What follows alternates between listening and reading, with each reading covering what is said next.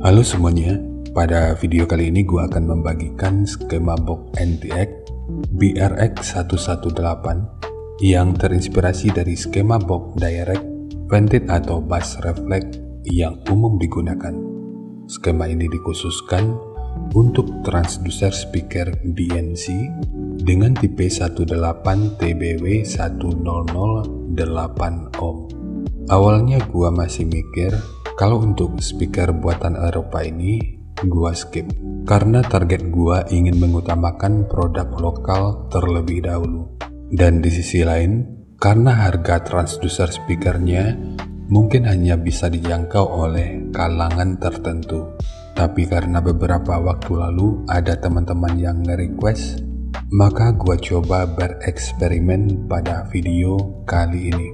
Ini membuktikan kalau gua juga nggak anti dengan requestan. Gua tetap menerima dan menghargai requestan yang masuk selama itu bisa gua pahami dan gua bisa menerapkan standar skema yang gua punya. Tapi kalau requestannya udah di luar jangkauan atau misalnya harus mirip dengan skema yang ada di channel lain, itu jelas nggak ada gunanya dan tentu aja nggak bakal gua terima. Kalau memang harus sama, kenapa nggak gunain aja skema yang ada di channel itu aja? Daripada kepanjangan, penjelasan lengkapnya udah gua bahas tuntas pada video yang udah gua selipin di kolom deskripsi. Jadi nanti silahkan dicek aja. Dan sesuai topik bahasan, kali ini gua akan membahas skema untuk transducer speaker BNC dengan tipe 18TBW1008 ohm. 8 ohm ini sengaja gua sisipkan karena dari produsennya, transducer ini dibuat dalam dua versi. Jadi ada yang versi 8 ohm dan ada juga yang versi 4 ohm.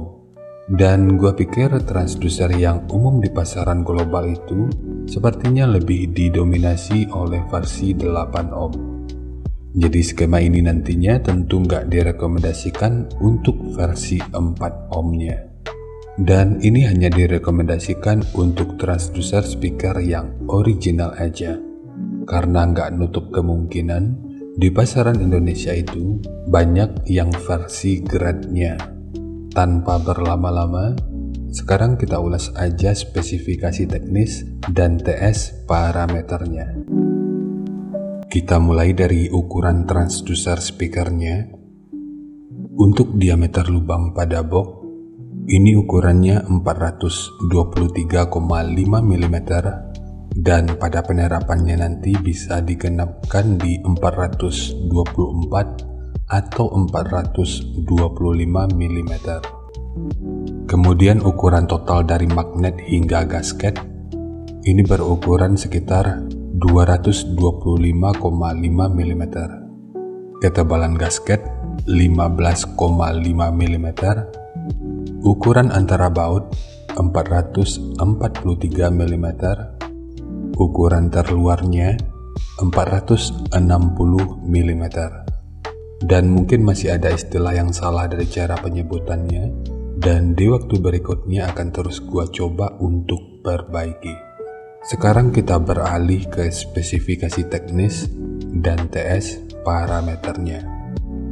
Jadi lembar parameter ini gua ambil langsung dari websitenya BNC, dimana informasi yang tersedia kurang lebih seperti ini.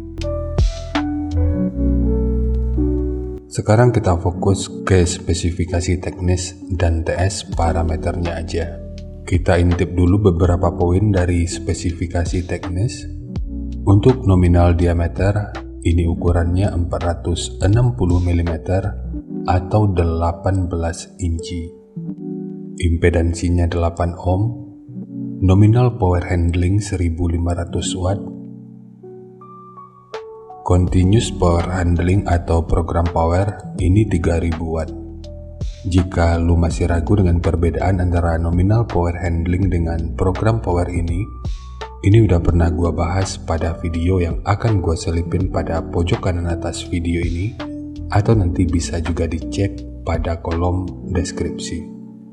Kemudian untuk sensitivitas pada 2,83 volt per 1 meter, ini 96 dB. Untuk rentang frekuensi, mulai dari 35 sampai 1000 Hz. Ukuran voice coil-nya 100 mm atau 4 inci. Sekarang kita beralih ke spesifikasi utama, yaitu TS parameternya. Untuk Fs 35 Hz, RE 5,3 ohm, Cas 0,41, GMS 8, GTS 0,39, Faz 175 desimeter kubik, SD 1210 cm persegi, efisiensi 1,76%, Xmax 12 mm, Xvar 14 mm, MMS 245 gram, BL 26,4 Tesla meter, induktansi voice coil-nya 2,45 mH dan EBP-nya 85. Untuk jenis box speaker, jika kita mengambil patokan pada referensi EBP, ini tentu udah bisa digunakan pada box dengan dan tanpa lubang angin. Dan jika kita mengacu pada referensi yang udah disediakan oleh produsen ini, di sini sebenarnya kita udah mendapatkan gambaran kalau rekomendasi boxnya itu di sekitar 200 desimeter kubik atau 200 liter dengan rekomendasi tuningnya di 32 Hz. Untuk hasilnya kurang lebih seperti ini. Coba kita perbesar dulu.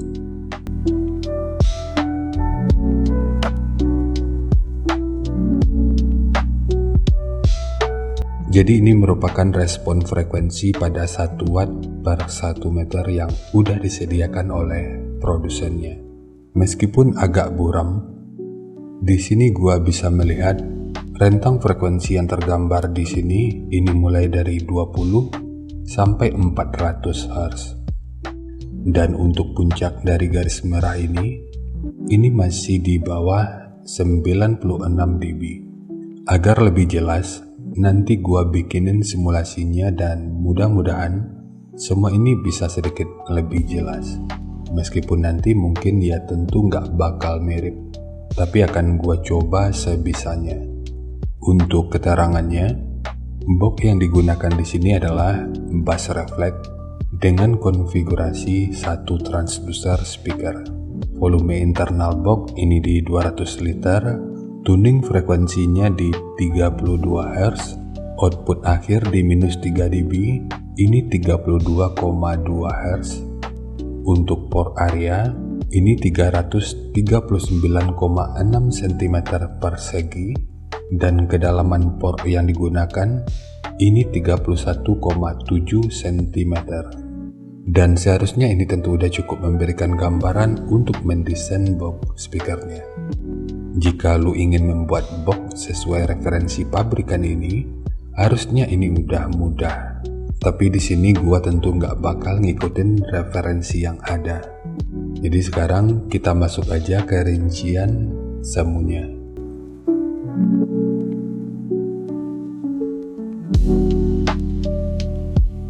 Untuk rincian semu, poin yang gua gunakan di sini adalah 1500 watt pada minimum impedansi 5 ohm. Ini sebenarnya tergantung pada titik potong atas yang digunakan aja. Jika lu ingin impedansinya bisa bermain di 6 ohm, titik potong atasnya itu sebaiknya dibatasi pada frekuensi sekitar 180 Hz. Lalu rekomendasi titik potong bawahnya di 40 Hz dan atasnya tentu boleh menyesuaikan. Ini sifatnya tentu gak mengikat, jadi nanti bisa dicoba aja sesuai karakter yang diinginkan. Dan untuk slope nanti juga boleh menyesuaikan. Kemudian untuk puncak SPL-nya ini diperkirakan mencapai sekitar 128 desibel. Semua ini merupakan rincian semu, jadi bisa lebih baik atau bisa aja lebih buruk dari yang diperkirakan. karena untuk efisiensi akhirnya itu juga akan bisa dipengaruhi oleh beberapa faktor, apakah itu kerapian dan kepresisian dari pembuatan box, kualitas bahan, hingga equipment yang digunakan. Sebelum melanjutkan, harap baca deskripsi video karena ada beberapa informasi tambahan terkait bahasan yang ada pada video ini.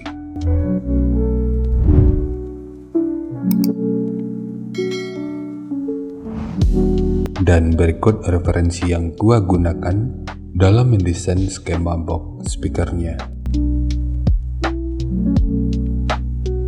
Jadi dari transfer function magnitude ini kita bisa melihat meskipun dipotong di 40 Hz, frekuensi 36 Hz ini udah bisa direspon pada minus 3 dB dan 40 Hz pada 0 dB. Nah, jika kita bandingkan dengan referensi pabrikan, hasilnya kurang lebih seperti ini. Di sini terlihat jelas kalau untuk respon frekuensinya memang lebih rendah.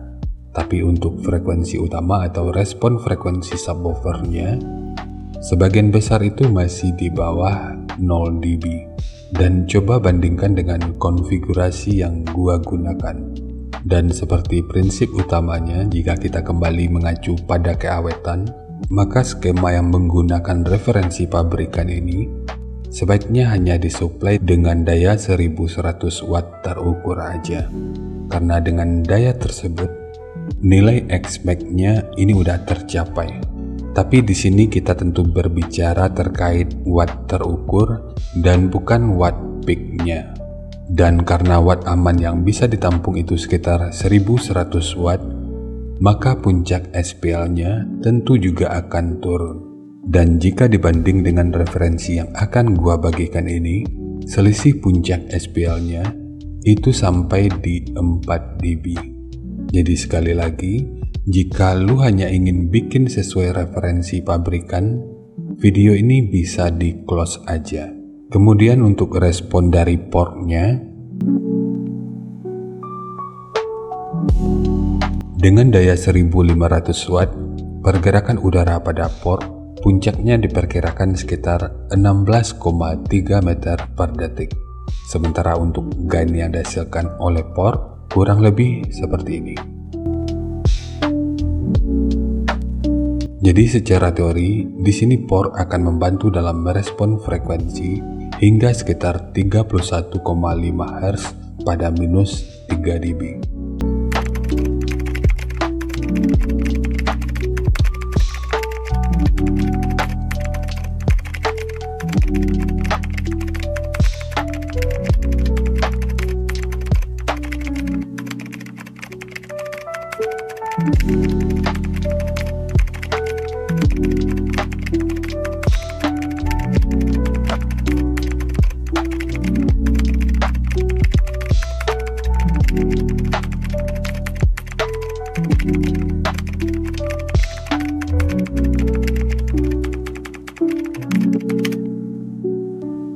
Sebelum membahas skema, kita bahas dulu berapa lembar multiplex yang dibutuhkan untuk satu box speaker ini. Meskipun di sini tanpa visual, perkiraan kasarnya kurang lebih 1,5 lembar. Ini tentu aja dengan asumsi tanpa kesalahan dalam proses pemotongan bahan. Sekarang langsung kita bahas aja skemanya. Untuk multiplex, ini menggunakan multiplex dengan ketebalan 18 mili. Kita mulai dari tinggi, jadi tinggi box ini adalah 700 mili, panjang ke belakang 820 mili, kemudian lebarnya 540 mili. Yang perlu diingat, ketiga poin ini merupakan ukuran terluarnya. Sekarang kita beralih ke ukuran internalnya. Untuk port, tinggi portnya adalah 150 mili. Sementara untuk sekat yang ini, yang kalau kita ukur dari sudut ini sampai ke sudut ini ukurannya 570 mili. Kemudian untuk triplek dari dudukan speaker, ini menggunakan 2 lapis, satu sebagai dudukan utama dari transdusernya dan satu lagi sebagai penguat dari dinding luarnya. Bagian dinding luar ini tentu juga sangat penting, jadi jangan di skip. Sebab peranan dinding luar ini akan cukup berfungsi dalam memperkuat serta meredam hentakan dari output suaranya. Kemudian ukuran dari sudut ini sampai ke sudut ini ukurannya 716 mili. Lalu di sini ditambahkan penguat berupa sekat yang bentukannya seperti ini. Jadi untuk ukurannya 250 mili dengan ketebalan 36 mili. Biar lu nggak ragu, 36 mili ini merupakan hasil penggandaan dari dua potong multiplex 18 mili. Jadi sekat ini bertujuan untuk meredam getaran dan bocoran suara ke bagian belakang box speakernya. Kemudian di sudut ini dan ini ditambahkan segitiga yang bertujuan untuk meminimalisir kebocoran dan meningkatkan aerodinamika, sehingga proses resonansinya itu bisa berfungsi dengan lebih optimal. Sementara tekukan ini berfungsi sebagai dudukan dari grill speakernya dan dibentuk seperti ini, bertujuan untuk menjaga aerodinamika sehingga pantulan yang mungkin aja bisa terjadi itu tentu lebih bisa diminimalkan.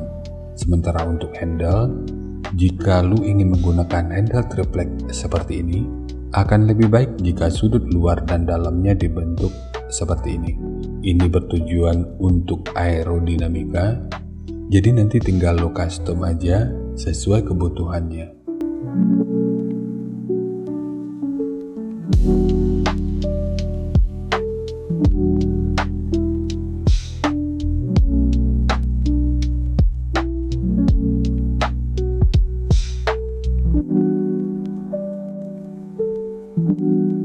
Jadi segitu aja untuk skema dari box NTX BRX118, khususnya untuk transducer speaker BNC dengan tipe 18TBW1008 ohm. Jika nanti lu punya link review dan video cek soundnya, silahkan bagikan aja pada kolom komentar agar bisa dijadikan referensi juga buat teman-teman yang lainnya. Terima kasih untuk lu yang udah nonton sampai detik ini. Bagaimana tanggapannya atas bahasan kita kali ini? Sampaikan aja pada kolom komentar, biar kita sama-sama bisa belajar agar lebih baik lagi. Dan seperti biasa, jika lu suka dengan bahasannya, silakan like dan share aja videonya ke teman-teman lain yang sekiranya juga suka dengan topik yang sama. Untuk lu yang udah berlangganan, terima kasih banyak atas dukungannya. Dan untuk lu yang belum berlangganan, jika berkenan bantu subscribe-nya.